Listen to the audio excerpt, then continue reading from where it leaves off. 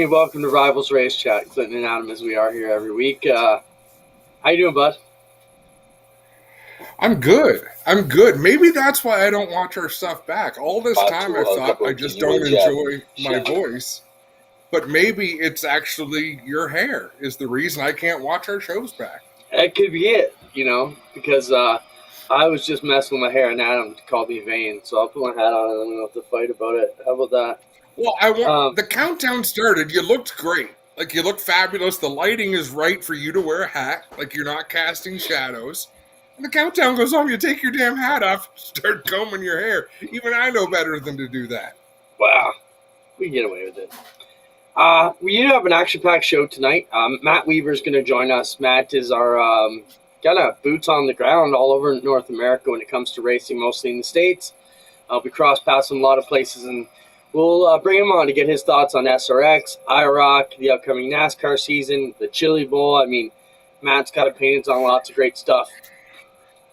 He's a big deal. It's very cool that we've been around for a little while now, Clinton. I mean, we've been able to watch what Matt. I mean, we didn't know him when he started, but we got to watch him build his credibility into the most respected journalist in our sport. But he's still, and this is what I love about the work that he does, he still has a huge focus on short track, grassroots stuff that we enjoy, and that squeaking is about to stop. I was thinking with when it came down to Matt, how he kind of came in our radar first, at least for me, was he was the one guy in the South that was talking so much about the NASCAR series and really about the NASCAR Pinty series. And he was the one down there waving the flag for the Pinty series and saying, hey, this is a great, great package. The racing's great. The talent's great. We should be paying more attention up there. So it's great to have Matt on. He said he's just posted a story and he'll be joining us shortly. Steve McCauley has an interesting story too, Adam. We don't want to get too deep into it, but set that one up quickly for us, and then we'll tell us who the third guest is going to be. I mean, how do you not get too deep in it? He died at the racetrack, and they brought him back to life, and he returned. I mean, there's no two ways about it, and I will probably make light of it a little bit later on because we do that, and we have him with us, which is really cool. The fact that he did return, not only return to the scene of where it happened, and of course talk to everyone who was a part of it, but he got back behind the wheel of the race car. So amazing story, and I'm looking forward to digging into it a little bit with him. And we actually talked briefly about mental health as well when he and I were chatting before about things. So it was a real eye-opener, and I just think one of the coolest stories that's happened in racing in a long time. For sure. Spencer, while we're on that topic, did you manage to pull his interview? Now, did the fans hear that, or did we just hear that? That was a test, and he failed. Okay, we still haven't got Spencer on the air. He's got the technology, the bastard. He's just not turning it on. So we'll arm wrestle him through that in the coming weeks. Anyways, so it was great to be part, as you mentioned, Adam. He came back and ran good at the Fall Brawl weekend there at Delaware, and we were able to catch that, and we had a great interview to catch some of the emotion of the timing too. So maybe we'll I don't know, you decide whether to play it before or after the Steve interview, but simply cool. Maybe in the middle, let him tell us what was going through his mind at that point. The third guest we got coming on in the second part of the hour is Josh Hansen. Josh Hansen, an upcoming, I can't even call him that, he's practically a veteran now of the 360 division at Oshweekend. So for the dirt fans in the room, Josh Hansen's going to be joining us and telling us why they've chosen Oshweekend, what his package looks like coming into 2024, what the family package is going to look like, because his brother Nico is making some changes to their racing package as well. So we'll let them tell us how much they want to divulge of that. But I heard your message last week, Fran. We got to keep the dirt and the asphalt as even as we can out here, so we're making those efforts. Well, before we jump into the Chili Bowl, let's jump into dirt stuff right off the bat. We can take care of this story. East Bay has ground issues this weekend. A lot of the 360 guys from our neck, it wasn't a lot, but a handful, we're going to be heading down to East Bay. And, man, run that video quickly, Spencer. And so this is a video we caught from their website. They have major ground issues there. They've had bad weather coming in for a while now, and it just doesn't look good at all this weekend. So they have pulled the plug on their big show for the weekend, which was going to be 360 sprints. And it says here, due to saturation of the grounds and the forecast for increased rain expected throughout the weekend, the event scheduled for week 1 of the Winter Nationals have been canceled. Temperatures in the 30s at night, so it's pretty much freezing, with daytime highs only in the 60s, and cloudy and overcast conditions with forecasts of more rain are not favorable for adequate track and pit drying and allowing for proper preparation to make a decent competitive track. So tough break to the Winter Nationals. We lost our first casualty of the Florida season already, Adam. So tough break. I know some of the Nitro 54 guys had planned to go down and race and have pulled the plug, so we know that. Yeah, that's the bummer, right? People, these are plans and reservations made way before, and they have to do what they have to do. There is no difference between these racetracks and how they make their money and our racetracks and how we make our money up here. And if the grounds are too saturated to get haulers in and out, you can't host an event, even though people are coming from thousands and thousands of miles. But also bear in mind, this is their opportunity. They make their nut over the next month, for the whole year. This is their big deal. This is when they've got to capitalize and cash in. Matt Weaver's joining us. Let's bring Matt on the show now. Matt, welcome to the program once again. We appreciate you taking time out of your busy media schedule there to join us. How you doing, sir? I got to be super candid with you guys. I am not only riding the struggle bus, I'm driving it today. I came back from Chili Bowl, and I've got that dreaded Chili Bowl flu. It has got me down for the count, and I am operating at like 50% today. So like even, I messaged you earlier, and I'm like, I'm going to be on, but I'm going to be on a little bit later because I'm trying to get this story out. This story that should have been out like an hour ago, but I am like running at 50% of my usual RPMs. But we're here. We're here. We're ready. We will take 50% of Matt Weaver is better than Clinton and I combined. So we're good with that. We're happy with that. We appreciate you coming. Matt, let's talk quickly about a few things then. First, explain the Chili Bowl flu for somebody who doesn't know. Is it a combination of the fumes? Is it too much hanging around race cars for a week? And what is it doing to your system? Because that's a story in the Chili Bowl itself. You're not the first one to talk about it. I don't know, right? Because I think everyone's Chili Bowl experience is so different. Like on one hand, we're all breathing race car fumes. On the other hand, it's super cold. 15,000 people crammed into a building 5, 6, 7 days in a row. That can't be good for you either. And for me, I mean, I push myself really hard on Chili Bowl week. I mean, if you go back and look at my byline and see all the stories that I wrote, all the content that I did, my Twitter account, they call it Weaver Vision now, the video interviews, I'm not getting a lot of sleep. And so I think that some of this is the fact that I wreck my immune system. I'm up till 3:00 Central Time every night writing stories, and I'm up at 10:30 to try to get ahead on the racing news of the day elsewhere, not in Tulsa. There's the fumes. I think everyone's experience is different. Like I know a lot of guys go to the bars, and they're probably not doing a good number on their immune system there either. I don't drink, so that's one advantage that I have in trying to combat Chili Bowl flu every year. But it's real. Like if you do like the social media search on Chili Bowl flu, you'll see people talk about it. This is a very real thing, and everyone has kind of a different version of it each year. Matt, can you compare, is there a bigger event in short track racing than the Chili Bowl?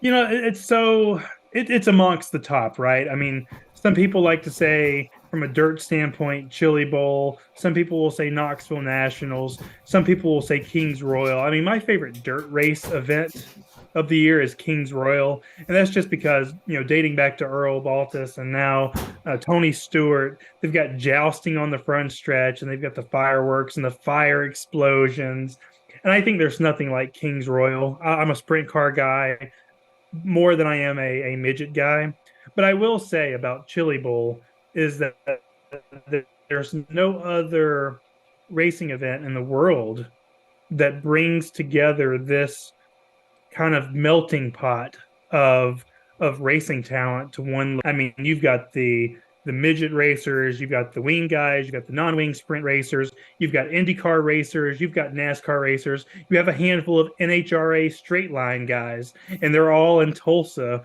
for a week to go race on a quarter mile on dirt indoors. And so I think that's probably my favorite part of Chili Bowl, is that there is nowhere else in the world that you're going to have that kind of an eclectic mix of racing diversity in one location. Before we move on from the Chili Bowl, because we have a couple other topics we'd like to touch on with you tonight, Matt. What was your top story from the week? What was the one thing you left like, man, I'm glad I wrote about that, or I'm glad we got that message out? I think, to me, and this is where I'm having to push back hard, is I thought it was the best week of racing for Chili Bowl since I first started attending that event. I think my first year was 18, so we're like 6 years, I think, into me doing Chili Bowl. And I think holistically, when you look at every prelim night, the Race of Champions on Monday, all the way through the alphabet soup, that was a really good week of racing. I know the final 20 laps of the A feature was not what we all wanted, and there are some things that we need to think about moving forward. Do we eliminate? Do we do a cutoff for the alphabet soup, that if you're scheduled to make a P or an O, do you just not get to race? I don't know. I mean, everyone wants to race on Championship Saturday. Do you do some of that on Friday? Do you do pole dash and some of the early morning mains on Friday after the Friday prelims? Maybe that's an option. But I think, to me, it's just having this larger conversation that no matter how disappointed we all were in the track locking down around lap 25, do not lose sight of the fact that that track was perfect all week. And there's probably some things that are out of Brad Chandler's hands when it comes to prepping that track for a 55 lap feature after 7 hours of racing from Saturday morning until Saturday afternoon. I will say this: the B mains and the C mains were some of the best races I've ever watched. I mean, when it comes to drivers taking chances, choosing when to give and take, when not to give and take. Kyle Larson's tweet, do we have those images, Spencer? I shared them in the chat, but do yourself a favor. Kyle Larson tweeted about great things about the event, and I really think all of his points, and Matt, you just brought some of them up, doing some of the deeper alphabet soup on Friday night, changing things, changing the whole structure, but he also gave thumbs up to a lot of things. And I've got a bit of a statement and a bit of a question. I love that this event was no longer built around a TV schedule. I love that it was Flo's event all the way through. Sure, they took a break and they had a scheduled start for the opening ceremonies. But I love the fact that we didn't have to wait through, I don't want to say bullshit TV things that weren't pertinent to the show, but it stayed true to the show. Question, that's a different image, Spencer, than what I was, but that's okay. Why does the race need to be 55 laps? Like, if they got the track perfect right up to, say, lap 30, what's the importance, do you think, Matt, of 55 laps of racing? Well, you threw a lot at me, and I kind of wanted to touch base on a couple of those. Let's start with the TV thing first. I think that's important. I want Chili Bowl to be, as an enthusiast of the event, I want Chili Bowl to be accessible by as many people as possible. I talked to event promoter Emmett Hahn earlier in the week. Emmett says that he expects to have a deal for Chili Bowl as early as next year with Fox Sports. And I think that would be really good, whether it's FS1 or some other package deal. I don't think it's going to be Big Fox, but I think that's all good. I still think you can have an event that's on TV in some way that cuts out a lot of the stuff that we saw on MAV TV. For the event to continue growing, I still think that has to be a part of it. Does the feature need to be 55 laps? Yes. Like I am totally adamant, because I'll give you a great example, case in point. If the track had not locked down, we very well could be talking about Dason Pursley as winning that feature all the way from a D. He went DCBA, finished 4th. And on one hand, the track taking rubber actually, I think, helped him. I think he was able to get ahead of that pretty early and was able to get down and made some passes that maybe he wouldn't have otherwise.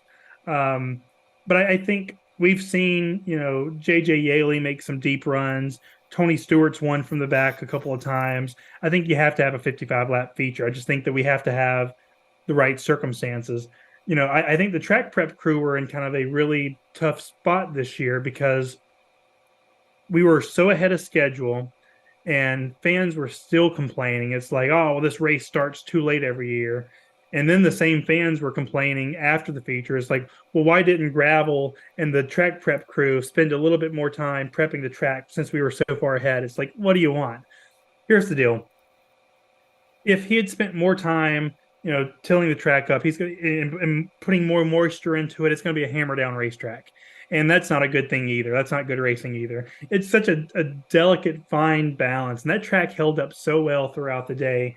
I just think that if you put 50 to 100 less laps on it on Saturday, it'll be far easier to get that track where we want it to be on Saturday night. I think there's some conversation out there too. Is it time to filter out the dirt, bring in some new dirt? I don't know. I'm not smart enough to have those conversations. But I want us collectively as the racing industry to have those conversations. I don't want it to be, Gravel and his crew sucks and that race sucked and everything sucked. It was a great week. I think there's some things that we can learn. I think that if we can just get less laps on Saturday, that will really get us where we need to be. And that feature needs to be 55 laps for a Dason Pursley to go D all the way to, winning the A. I think timing has a lot to do with it. I mean, even when we're talking about handicapped races on your regular Saturday, we're always trying to find that perfect mix of, laps so that the guys that are starting at the back just get the front enough they got enough time to make it, but not to lap the field for 5 laps out front. I think we can move on from Chili Bowl. Anything else you want to add to that, Adam, before we turn the page? I hate to end this on a negative, but is that the worst catch fence at the best racetrack in the world? That thing swallowed cars. Tires went through it.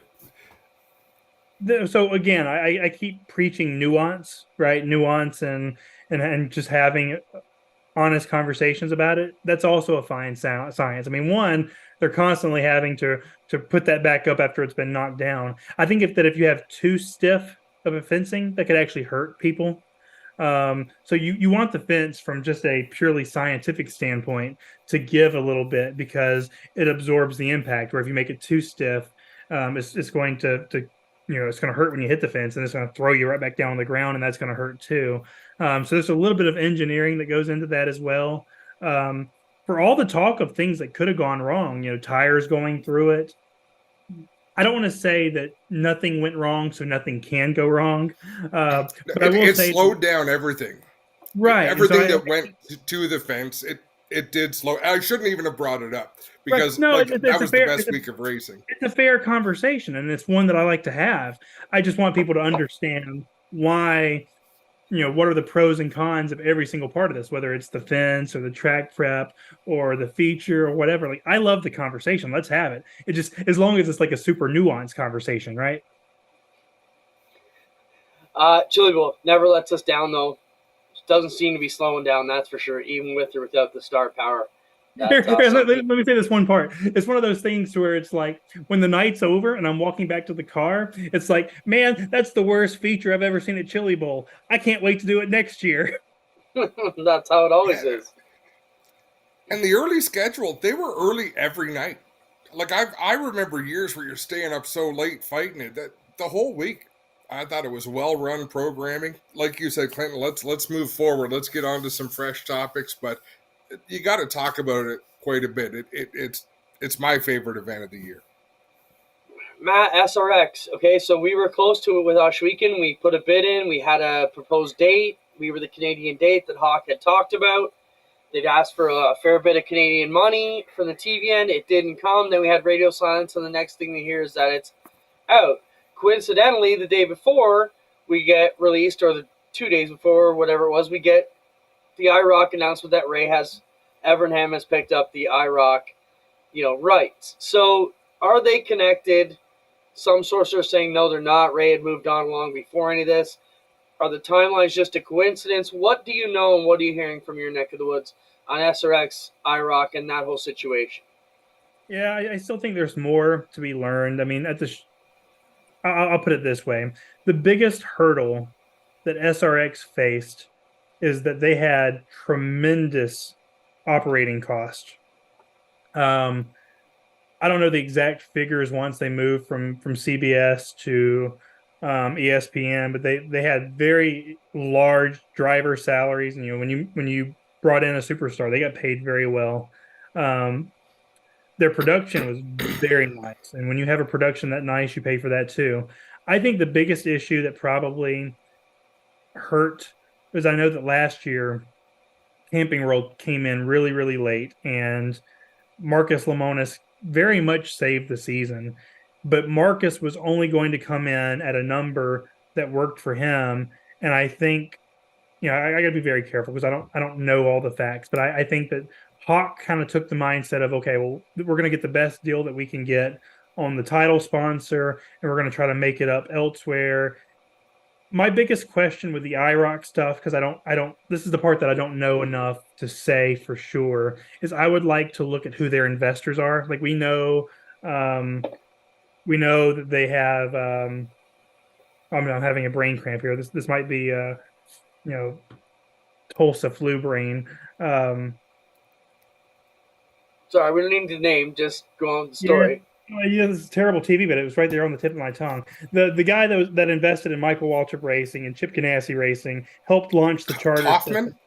Rob Kaufman, RK. I knew we'd get there. RK is one of Ray's primary investors, and Ray had moved on 2 years ago. So Ray was not part of the modern, current day SRX.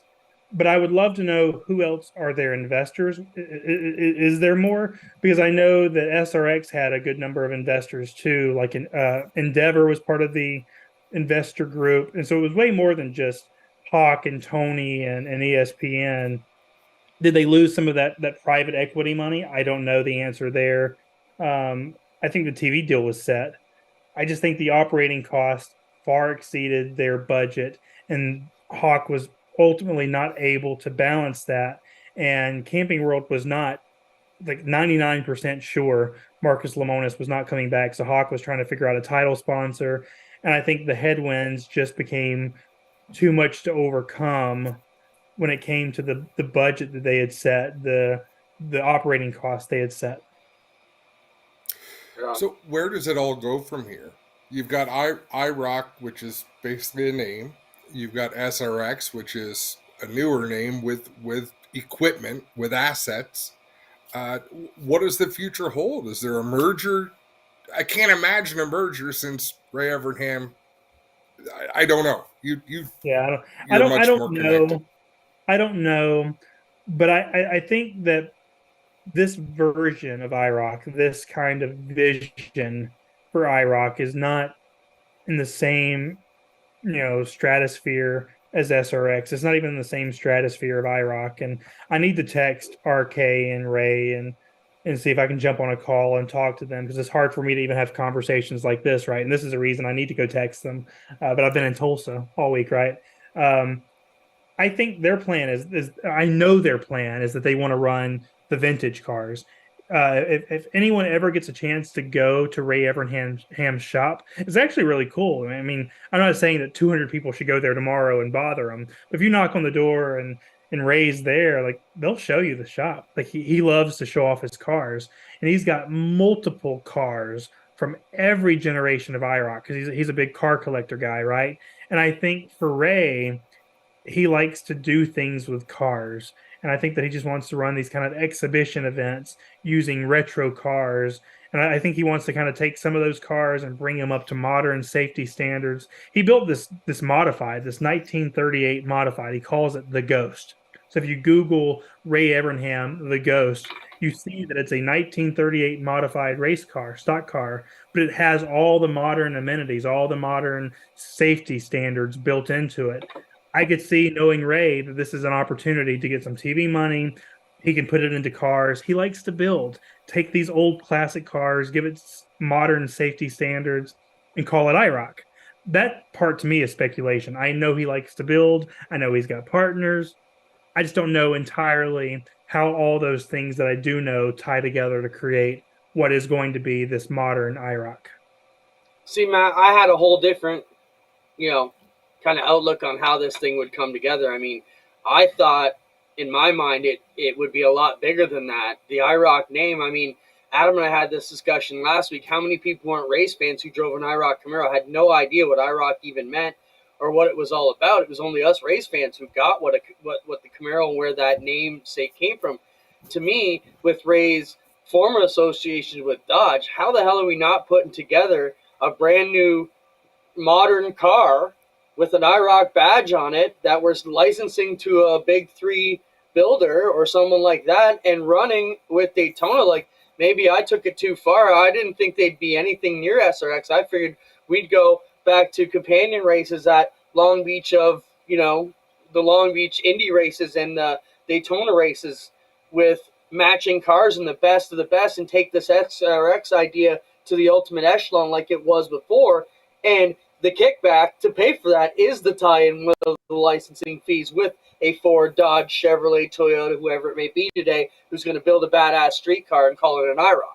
That's where I thought we might be going with. Yeah, so I think the biggest challenge for IROC, and it was true for SRX, it's true for a late model series like Cars Tour or the new ASA, is that we have to recognize that we are more niche than we have been certainly in a long time. I mean, I think we're back to being kind of the niche product that we were in the 70s, 80s, 90s.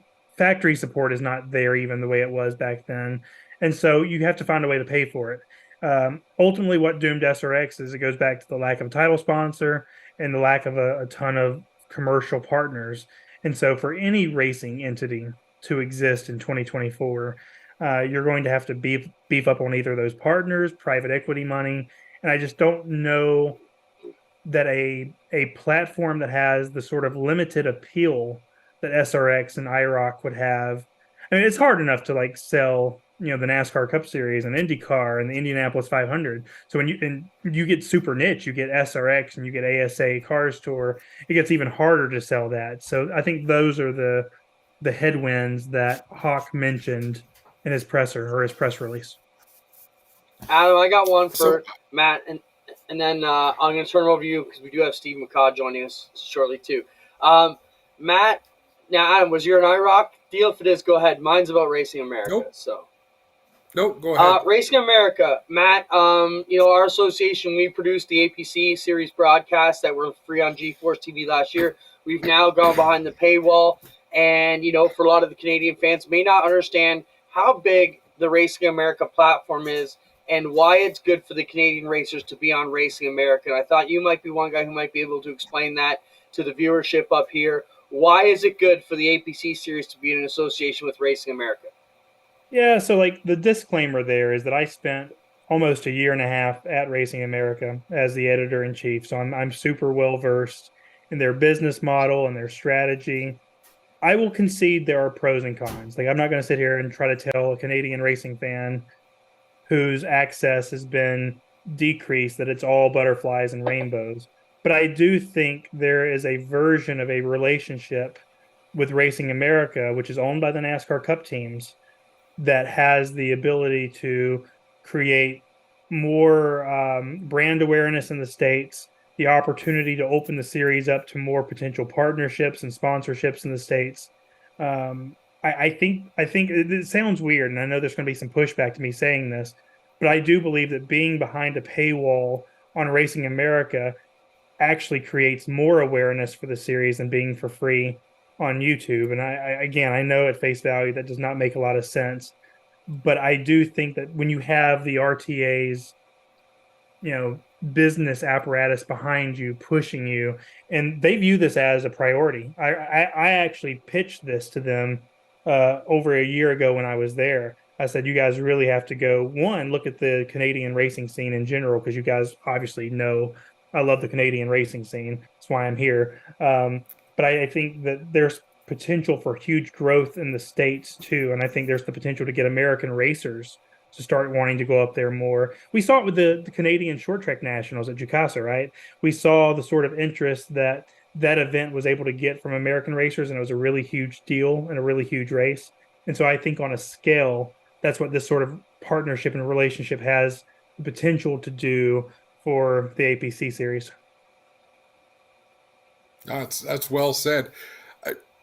I was going to go off in a direction about speed weeks in New Smyrna, and I feel I must have some issues going on this week too, because there's a lot of negative.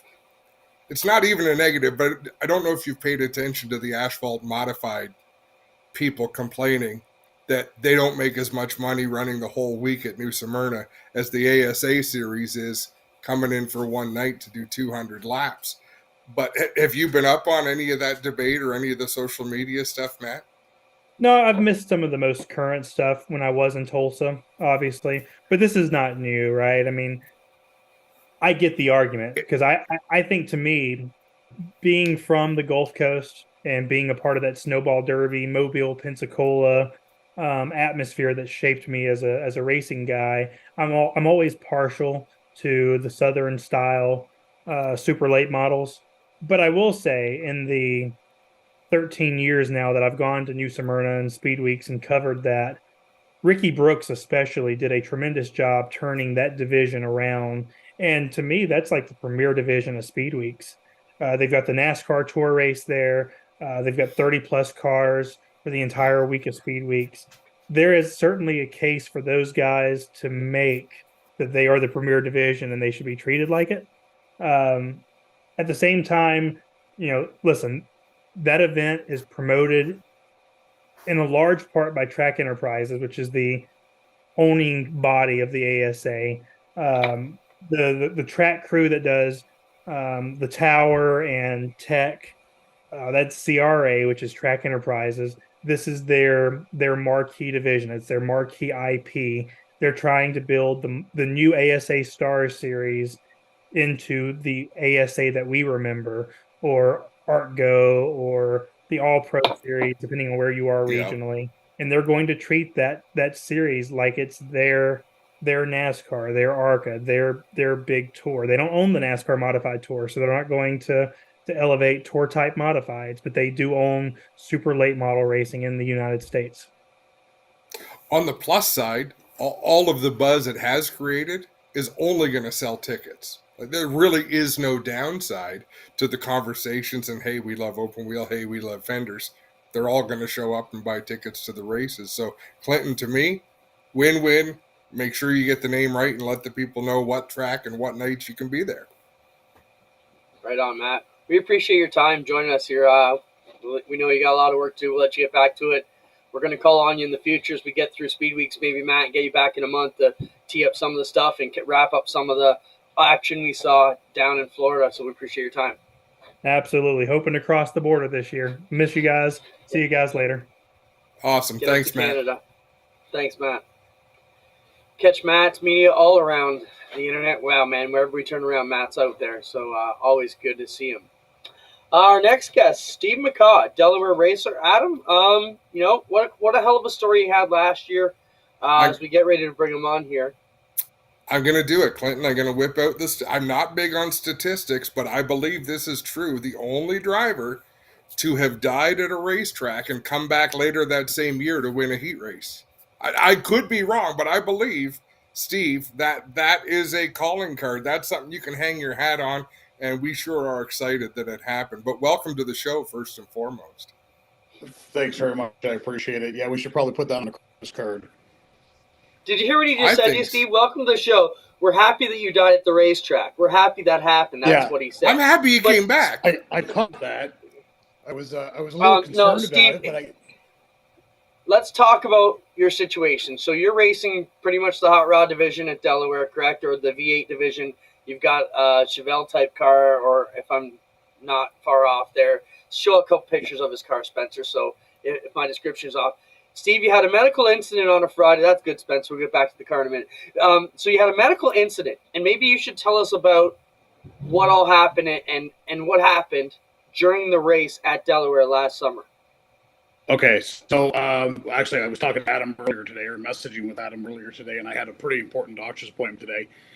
Turns out that I found out some stuff that I didn't know, which it seems to happen quite often with this. That I find out things daily or weekly that I didn't know in the first place. But basically, at the end of the race on the cool down lap, I went into cardiac arrest.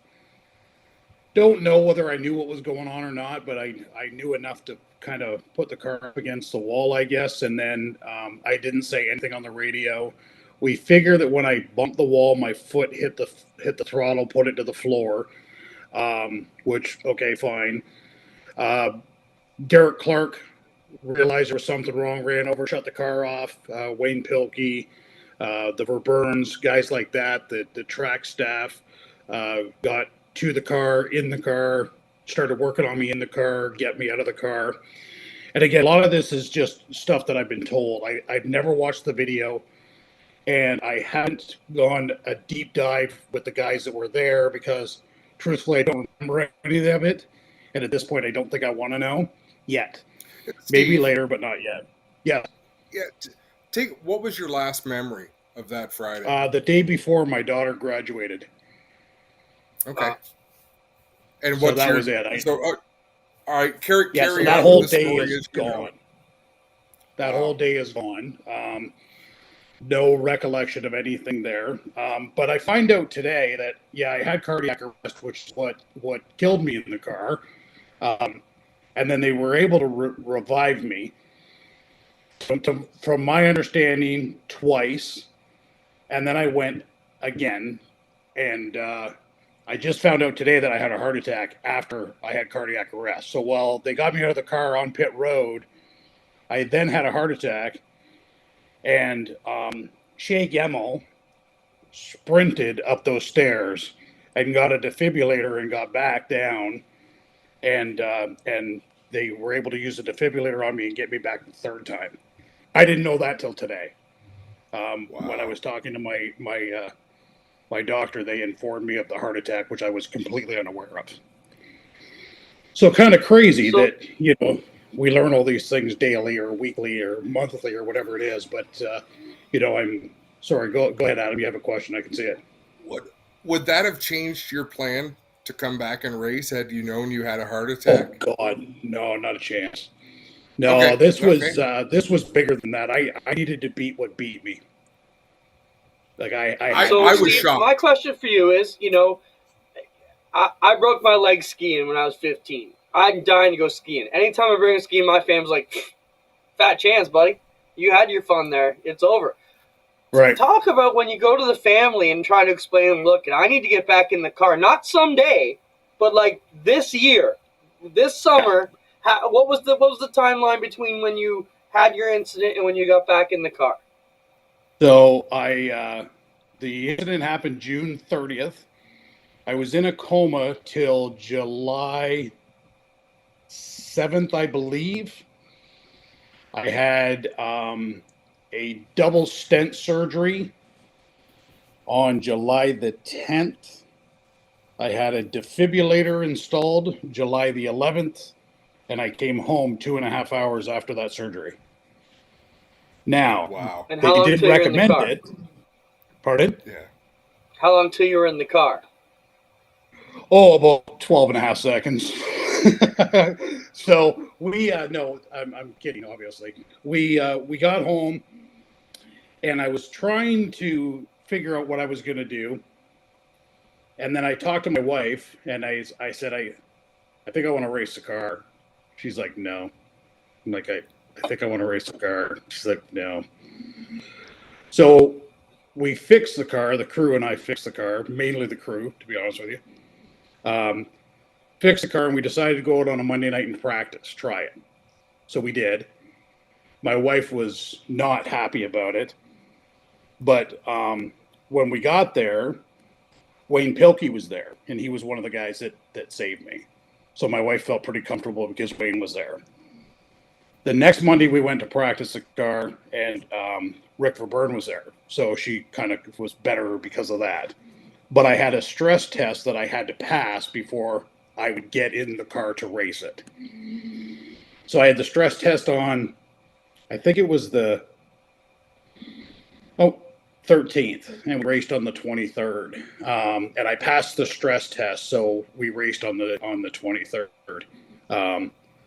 But it was touch and go. It was not wasn't a great conversation here with my wife, but I needed to do it for me. What now, Steve? I was gonna jump in there. I was gonna say, you won the heat when you come back, which is great. Yep. Won a qualifying race, and then you finished second in the feature. And we've got that interview. Roll it, Spencer, if you can. So this is an emotional day for you. Back, the crowd was into it, man. They knew what this meant for you.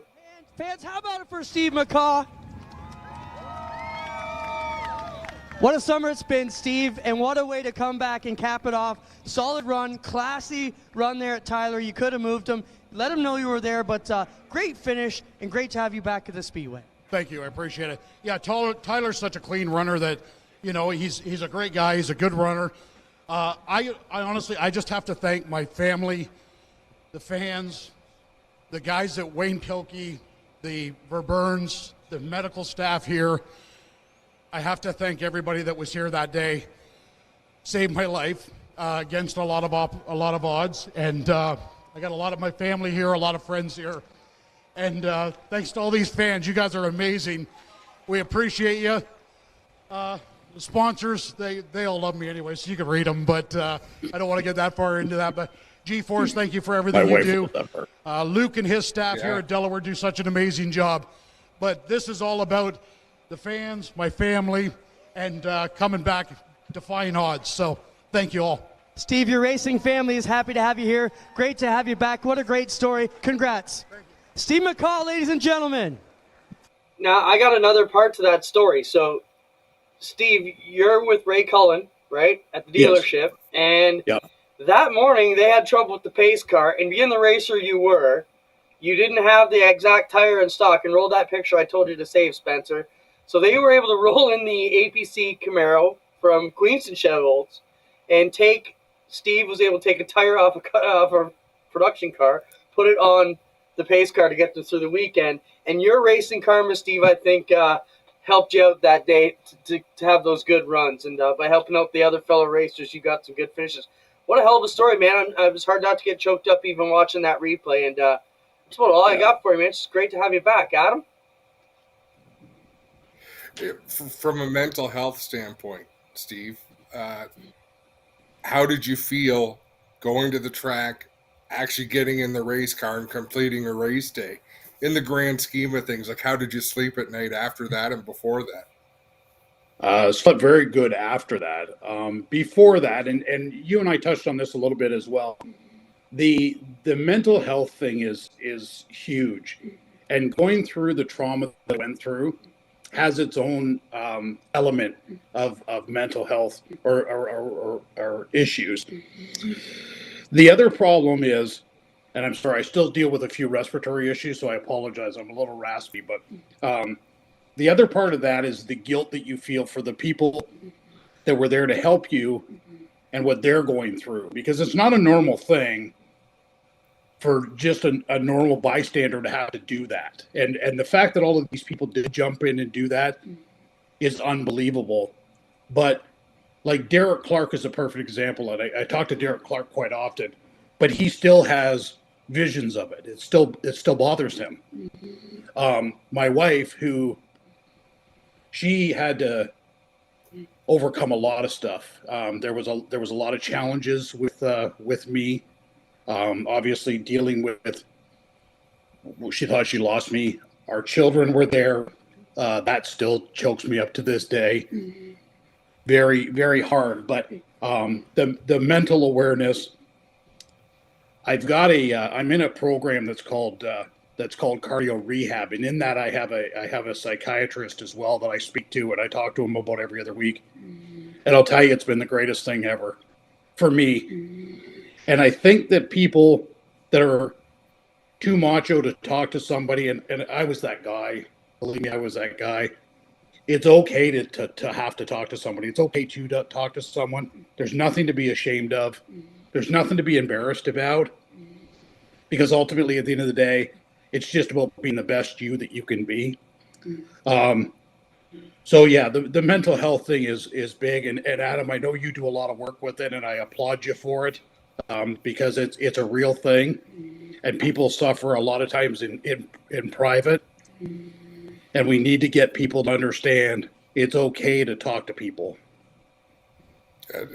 Here. Yeah, and as you say, Steve, you and I had talked about it, and I was going to get you on one of our, whether it was a Mindwell session or whether it was this show, we were going to get together and chat because it is an important message. And I make light of everything. It's just what I do. But who better to talk to about life than someone who's died?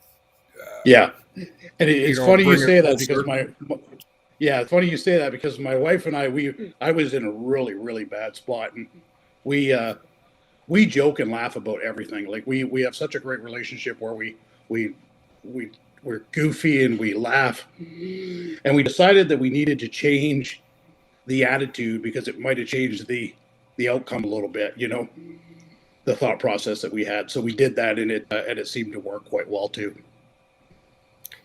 So glad you're in a better place, Steve. I'm glad we've been able to share your story, and we look forward to seeing you back at the racetrack. Thanks, guys. We'll be there for sure. And again, thanks for everything you guys do, Adam. Again, the mental health thing, stay on it, get people aware. Can't thank you guys enough. I appreciate you, Steve. Have a great day. You too. Spencer, roll a couple pictures of Steve's car so the fans know what it should look like when they get back to the track this year. Is there's keep an eye out for the Ford with Steve there. But what a great story. We have some great people at the pits, Adam, as we know, and some great people who come to your rescue when you don't know it. And your biggest, fiercest competitor is going to be the one who's going to maybe save your life someday. So what a hell of a story. Kudos to Steve's family for understanding that, as crazy it seemed, how probably important it was to get back behind that wheel, even if it was one more time. But to come back and have success is even a better ending to the story. And to be able to talk about it afterwards, Clinton, I'm all about that. Who can you inspire, or who can you inform, or who can you educate based on what you've gone through? And he has gone through plenty in the last 6 months, and that just, like you said, it's easy to get choked up watching that. And can you imagine? You've got your kids around quite a bit. I got my kids around quite a bit, but for that to happen in front of all of them and to go through that. Anyhow, great story. Great deal. We'll see him at the races this summer. Let's get back to the dirt.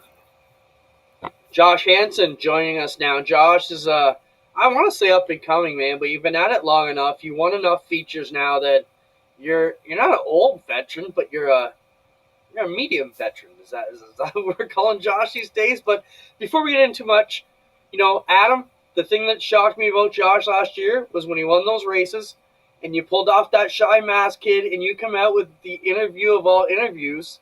And I think it left all us media guys talking, where the hell did that kid come from? Because you're always so quiet in the pits. But Josh, how you doing, man? I'm good. How are you guys? We're all right. Excited to have you here, Josh. Talk about your plans. What have you been doing in the off season? What's going to happen? What are you going to bring to 2024 that we can all be excited about?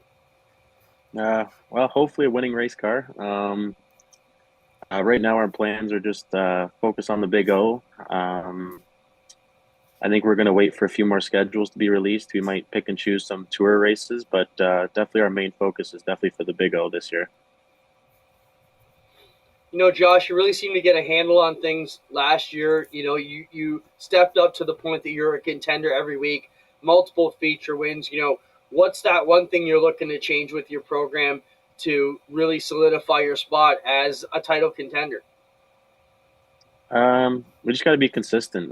Like we started off the year really hot and kind of had a bit of a slow stretch. And next thing you know, I kind of fell back in points. So, it's so tough every week. The competition's just through the roof. So I think a lot of it's just being consistently getting to that redraw through the heat race is huge. Starting spot is huge.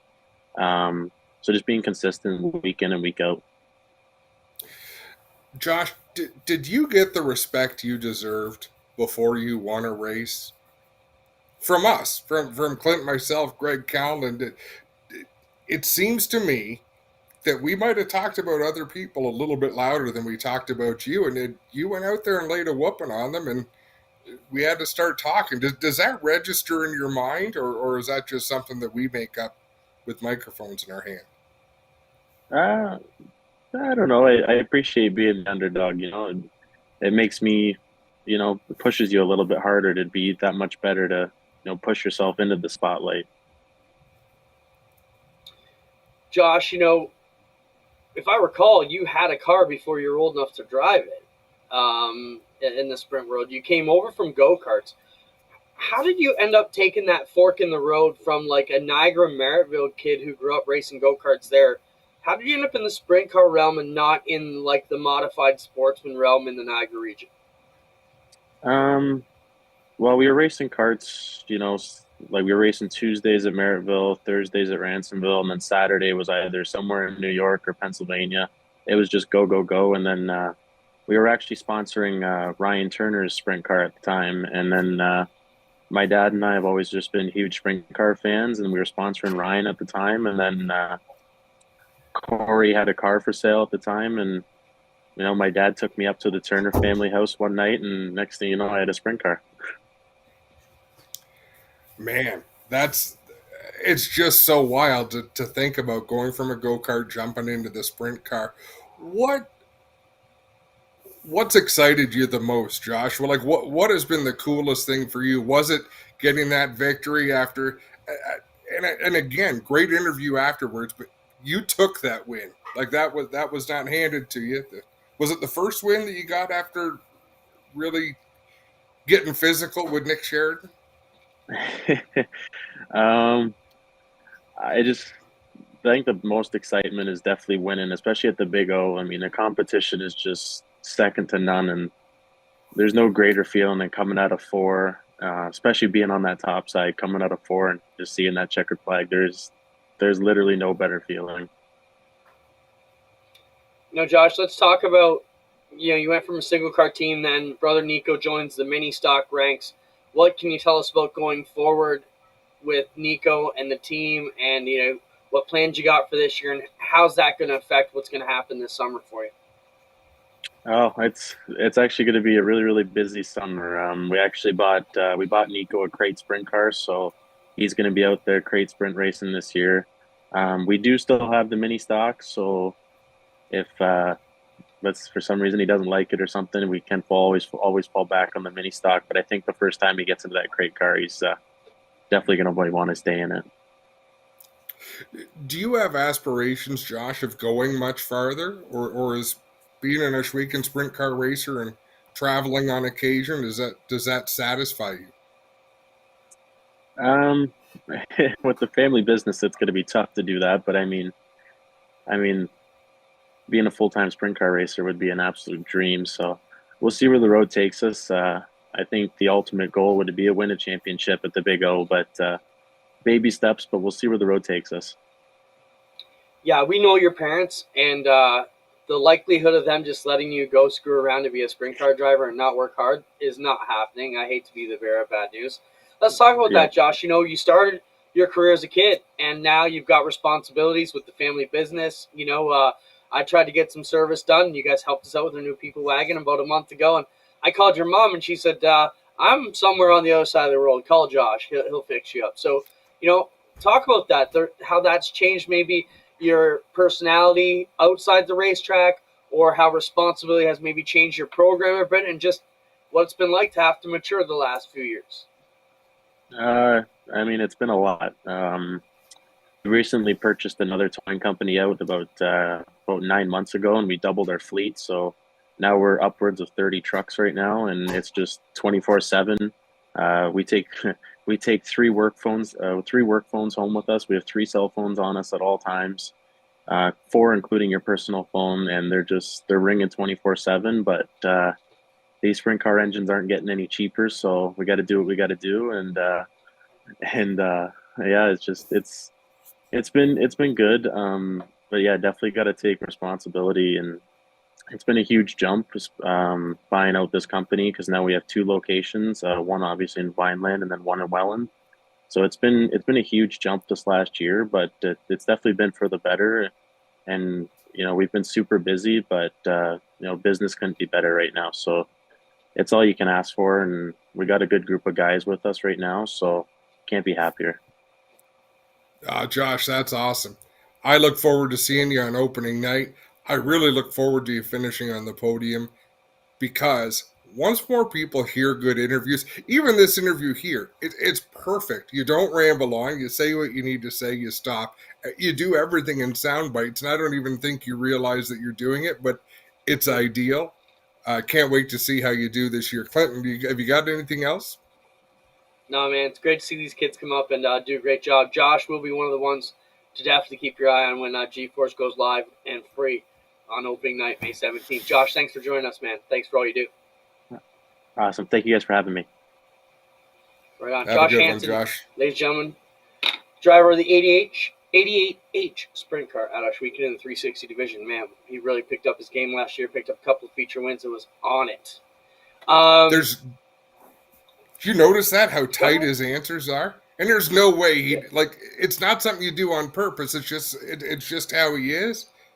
But it's how you want everyone to be. Say what you say. And we're the opposite of that, because we ramble on for freaking days. But he gives you what you need. We do have our Burger Barn videos of the week. We'll probably end on that. Couple things we want to talk about. Oshweekon meeting is planned. Did I send you anything for that, Spencer? It will be February 25th, so make sure you check that out. We'll have more on that. What other Oshweekon stuff did I send you, Spencer? Late models and Big O. I think you're saying 2 screenshots on that. The late models will invade Oshweekon 3 times in 24. Late model open Friday, June 21st. Friday, July 12th to be the Northeast Late Model Alliance, the crates. And then we are back to an open on Friday, August 16th. Do you have the other screenshot I sent you, Spencer?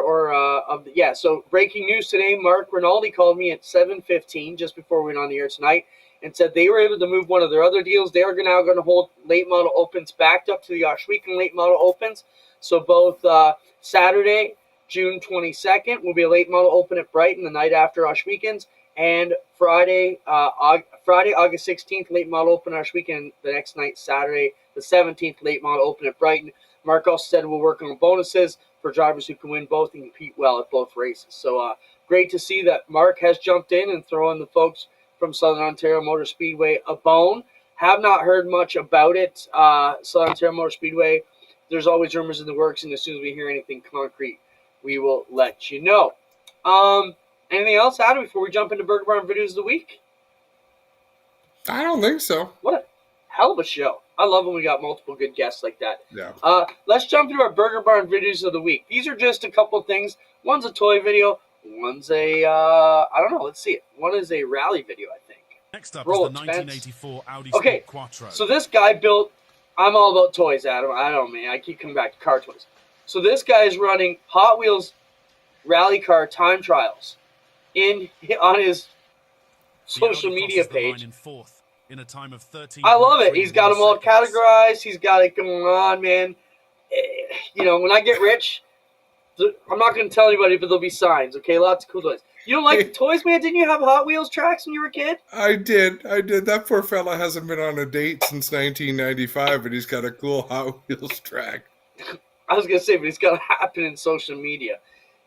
Here is something you got to see to believe. Roll this one, Spencer. These are rally car pilots. Do you think it looks bad from outside the car? Share a ride with Nicky Grist and Colin McRae and see if you share their opinion. Unbelievable. Look at it. Yeah. This is what the driver sees as you're ripping. You're going to kill people. How are you got your foot in the gas? Now this is crazy. 30k long, 3 right minus. 6 left.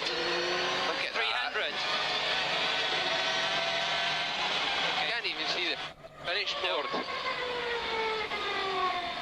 Wow. Never have been allowed to run. Now, is that not crazy? Like, safety, we don't give a shit about it. Like, I take back. What do you do if you're the driver, though? Like, you have to go balls out, or you might as well park it. Craziness. I take back what I said about the Chili Bowl fence. They use Yeah, people at these rallies. Everybody just hold hands. We'll keep them from falling off the side of the mountain. Wow, Yikes. Another great show. Spencer, can you at least say goodbye to everybody? No? You're not even going to give us that? I'm going to twist your arm sooner or later. Keep letting us know who you want to see on the program. Yeah, Robbie asked me about 2 questions came in. Autograph nights at the Big O. Every night before the races, we were going to have drivers out front in the grandstand courtyard, probably 10 or 12 each week out there, signing and meeting and greeting until hot laps. Robbie asked about UMP races. Yes, we do have UMP versus Canadian Modifieds from Brighton twice, and one of them is opening night May 17th, and I can look at the other one quickly here and maybe tell you when it's going to be. The other night will be August 16th with the late model open.